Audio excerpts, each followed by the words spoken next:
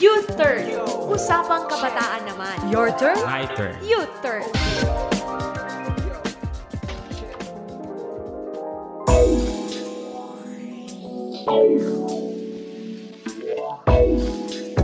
Patapos na ang taon. Kamusta na ang iyong ipon? Kaunti na lang ba at maa-achieve na ang iyong goal?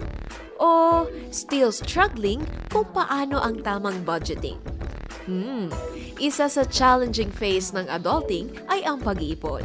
Bakit nga ba ang hirap mag-budget, no? Kahit anong pag-compute ang gawin mo, parang hindi pa rin enough. Paano nga ba sasapat ang iyong kinikita sa pang-araw-araw na gastusin? Paano makakapagsimulang mag-ipon para sa panahon ng kagipitan may dudukutin? Narito ang ilang basic budgeting tips mula sa moneyunder30.com na pwedeng makatulong sa iyo to maximize the money you make. Una, track your spending. Sa iyong notebook o notepad sa cellphone, ilista ang iyong expenses. Weekly, pwede mong balikan saan napunta ang iyong pera.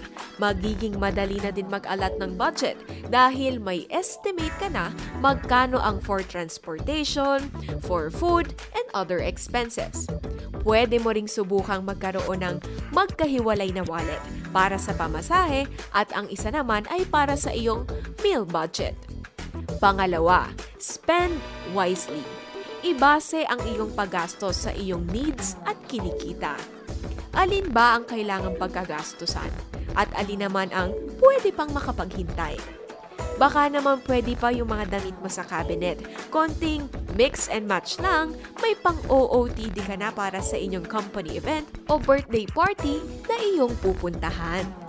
Kung marupok ka naman sa mga aya ng iyong kaibigan, tulad na lang ng mga famous lines ngayon, tara milk tea, tara eat all you can, at tara Samji. Magdala lamang ng sapat na pera at iwanan na sa bahay ang iyong debit card kung mayroon man para hindi matempt gumastos ng sobra. Pangatlo, set realistic goals.